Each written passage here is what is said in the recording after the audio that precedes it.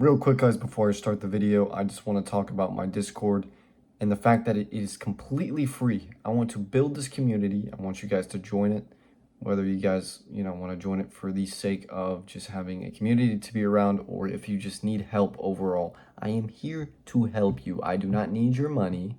I just want to help struggling traders find the profitability that they have been dreaming of for however long.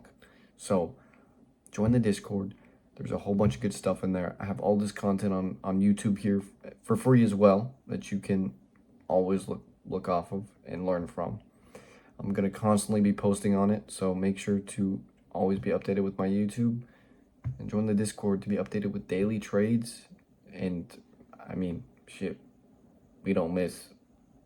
Obviously, we lose sometimes, but we don't miss most of the time. That's pretty much it. Enjoy the rest of the video. Talk to you guys soon. Alrighty, good morning, good morning. Hopefully you guys are having a good Thursday. I know I am, for one. I know I am. So just gonna do a little recap here, explain what trade I took, why I took it, and hopefully give you guys a better understanding of the market. Also, join my free community. It is free. You don't have to spend a dime, okay?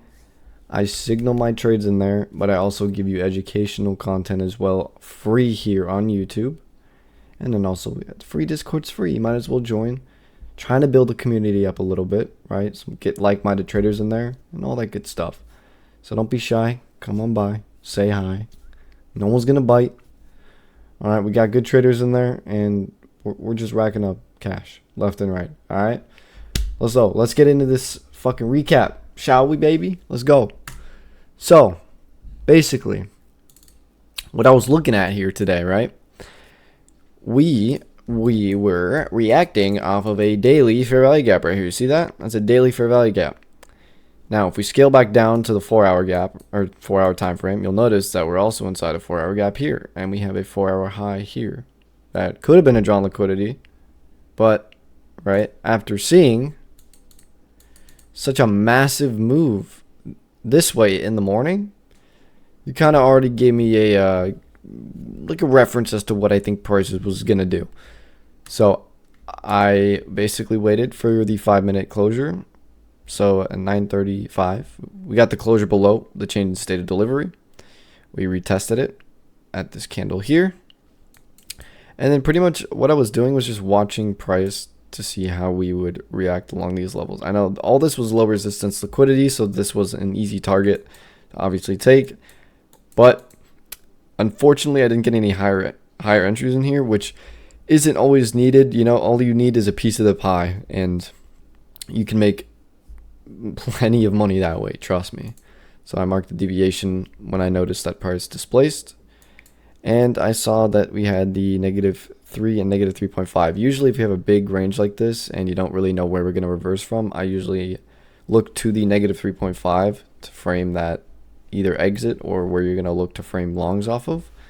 And yeah, that's pretty much what happened. And then I was also looking at basically this whole daily range, right? So if we look at the daily range, this is really important. All right, let's go ahead and mark that out. You'll see that this is equilibrium, right? At equilibrium, we can go ahead and scale up. We can look to see, PD raise on 30-minute, 15-minute, stuff like that. So let's go on the 15-minute right here. Actually, there's a fair value gap here, and then there's a fair value gaps in here. So basically, I guess you could even look at it from this perspective if you wanted to. Right, this fair value gap being the condition to figure out whether price is going to continue going lower or whether they're going to react from equilibrium of this range and then continue higher. So I saw this fair value gap right here, boom, and I was waiting for us to displace through that, which we did right at the 10:45 exactly was when we displaced through it. So 10:45 was about right there. So 10:45 we displaced through it, right? And then we traded back up into this volume imbalance and the fair value gap inside, or that is part of the volume imbalance, right? And then we have this 5-minute gap. So I was just watching price. If I was just looking at this on a 1-minute time frame, I'm just looking and watching to see which is what price is doing. Are we displacing in one direction? Are we going slow up and down? Like, what are we doing? Right? And you have to keep in mind news as well, right? News is really important, especially on, when we're coming to the end of the week. We need to understand, the end of the week, what the weekly candle is going to do, how we're going to expand, whether we're going to reverse, whatever the case is. So today we had Powell spoke 10 minutes before open, which is already somewhat of a red flag, right? You don't really want to trade when Powell's speaking. It's pretty self-explanatory. If you're a trader, you know that. Also, news, unemployment claims, right? It's a nice little volatility injector. Obviously didn't want to trade at that point. So wasn't going to trade at least 10 to 15 minutes into open. And I knew I wasn't going to trade until at least after 10, right? Because pending home sales, even though it's an orange folder, it still does have an effect on the market. That's why I recommend to have these orange folders selected in your filtering over here. So that was that. And then also, you need to understand, look back at the price at 10 a.m. It's exactly why I waited, because if you look on ES, at 10 a.m. we manipulated and took these equal highs here on ES into this inefficiency, into this fair value gap, right? At 10 a.m., that's when we created that SMT. So within that, I knew that these highs here were protected, right? I didn't expect price to trade back up to these highs at all, right? So I just waited even more. I was just watching price, noticing, okay, now we displace below, closing below that low. Now we have a 5-minute order block, right? It's valid because this down move came up and created that SMT as a manipulation, so it's a valid order block. Then we displace lower, right? At 10:06 is when we get that final dump right there. So 10:05 closes, and we leave behind that 5-minute order block, and now we have a 1-minute gap here. So I'm watching price. I don't want to enter straight on this because we're inside the 1 to 1.5. I want to see how we react off this level, right? Because we could have easily traded back down and then inverse it and traded higher to take this out. And then that bearish SMT would have been completely invalid. So just waiting and just ultimately watching to see how new structure was forming. And then price decided to trade a little bit lower. Now we came across our 15-minute gap. This was my condition to really see where we were going to go in the market. We leave behind a 5-minute gap. And then, of course, right at the 15-minute mark, I'll show you guys once again. We closed here at, so 10:30 was the candle. We closed at 10:45. So you go back to 10:45. This candle was the candle after we reacted off the 5-minute. So you're waiting. This is the candle. We already closed to the 15-minute. This is our retest, right? And then we displace in the opposite direction towards our draw, because we knew, since we've already destroyed all this, there was a gap left here. And like at that point, I knew, okay, well, -3 is here, and the -3.5 is in line with the gap. So I knew we were probably going to end up going and hitting that anyways. So with that in mind, we got displacement below the low, right here. And then I noticed a gap, right? We traded up into it. I didn't enter straight away on this because I wanted to see what we do really. And I was just watching ES too. So I noticed this candle here, and I looked on ES, and we actually had a big rejection. And we actually came up and wicked this mitigation on ES. So I knew that after this candle was formed, the next candle that went up, this would be the last candle to dictate whether we were actually going to be bearish or trade back up to take these highs, right? So once noticing that ES right here at 10:49 came up and tapped that order block, I knew this next candle right here, it would be a good point to enter. And I kid you not, as soon as I enter, this shit just plummets, right? Insane.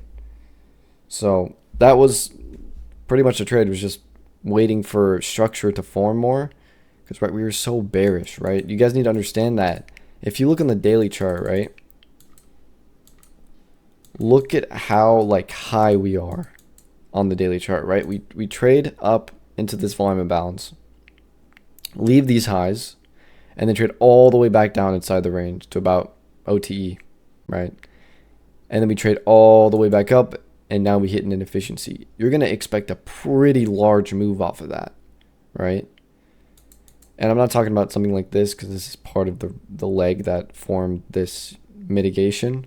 I'm talking about this very prominent point of this very prominent PD array, basically. And that's why we got such a huge move today, was because of that. Because we were so high in a premium, we were pretty much bound to sell off. So yeah, that was the trade. There really wasn't anything else, or actually there was a long as well. I just wanted to go over that recap real quick. There was a long, where was it? It was over here. So obviously we traded into 3.5, and then we trade up into this mitigation here, and then basically just accumulate and chop, and then we actually come down and tap this fair value gap at 1103 fair value gap on ES, accumulate with it, and then right at, where was it? It was this fair value gap right at 1154. So it was within the macro, right? I noticed that a little bit before there was an SMT somewhere, or was there no SMT? I don't really remember. It was a paper trade. I was, paper trade, tape read. So it wasn't anything super important.